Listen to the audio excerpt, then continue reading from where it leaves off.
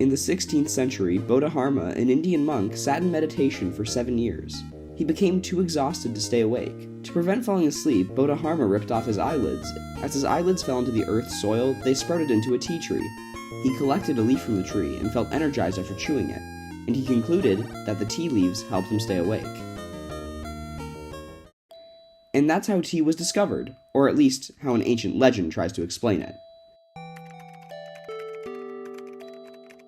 What we can actually say about tea is that it originated in China, and can be traced back as far as 6,000 years ago.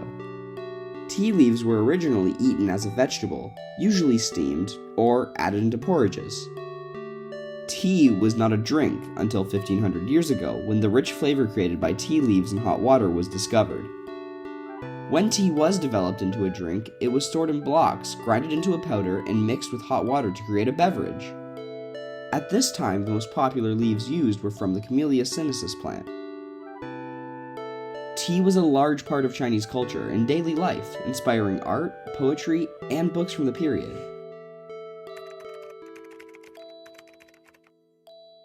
In the 8th century, during the Tang dynasty of China and the Nara period of Japan, 3 Buddhist monks brought the first tea plant to Japan.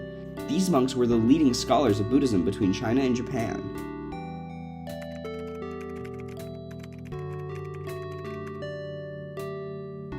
This period of Japan was ruled by the Emperor Saga, someone who played a huge role in popularizing tea in ancient Japan.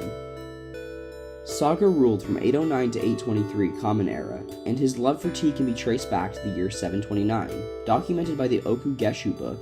However, this book is not completely reliable, since it was first written in 1100. But Emperor Saga was cited in the first reliable written account of tea drinking in Japan, which is from the year 815 and called Nihon Kook. What this book says is basically that the emperor himself visited the Bonshaku temple to worship his god Buddha, and during his visit, the temple's highest-ranking monk, Ichu, offered him tea he had brewed, and the emperor loved what he tasted. It's important to understand that since tea was a rare good that was new to Japan and was a medicine, tea was used to treat things like curing a hangover or tiredness.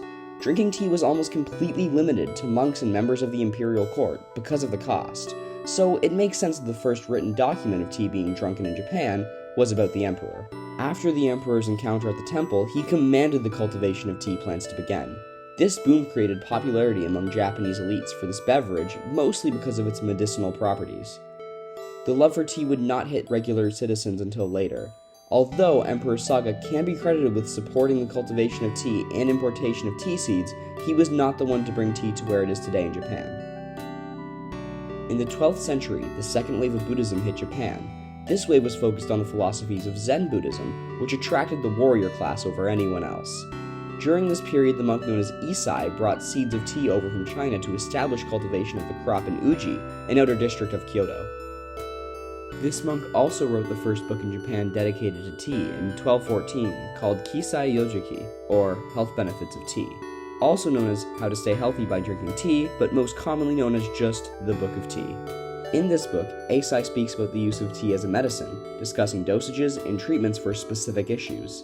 For example, indigestion, fatigue, and improving brain function. Eisai also discusses positive effects the drink has on vital organs, but focusing specifically on the heart.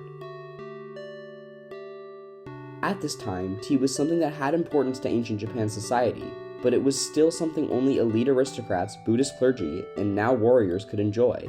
The impact to regular people was more through the production and cultivation of the good. Nagatani Soen, the father of green tea, spent many years experimenting with the flavor. He eventually perfected his process of rolling and steaming the leaves, and in 1738, sencha was created. Sencha is green tea that is prepared by infusing the whole processed tea leaves in hot water, and today, sencha is the most popular type of green tea in Japan.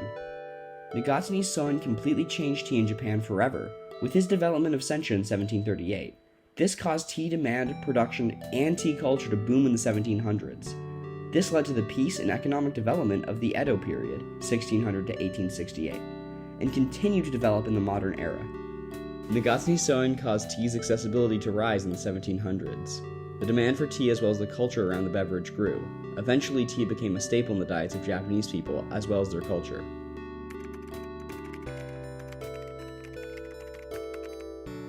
Now that we know the history of tea in ancient Japan, let's talk about its significance in the region. When tea was first brought to Japan, as the popularity was rising, tea drinking began as a contest, almost like wine testing. Drinkers would taste teas and try to guess what plantations they were grown in. Over time, this grew into a ceremonial ritual known as the Japanese tea ceremony. This ceremony was adapted from the ways Chinese Buddhists drank tea to avoid drowsiness during meditation.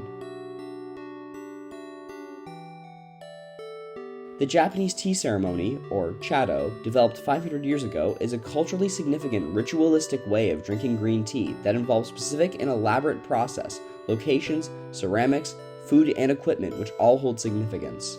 This practice was adapted by the samurai as a ritualistic disciplinary training to prepare them for battle and learn the importance of actions and commitment.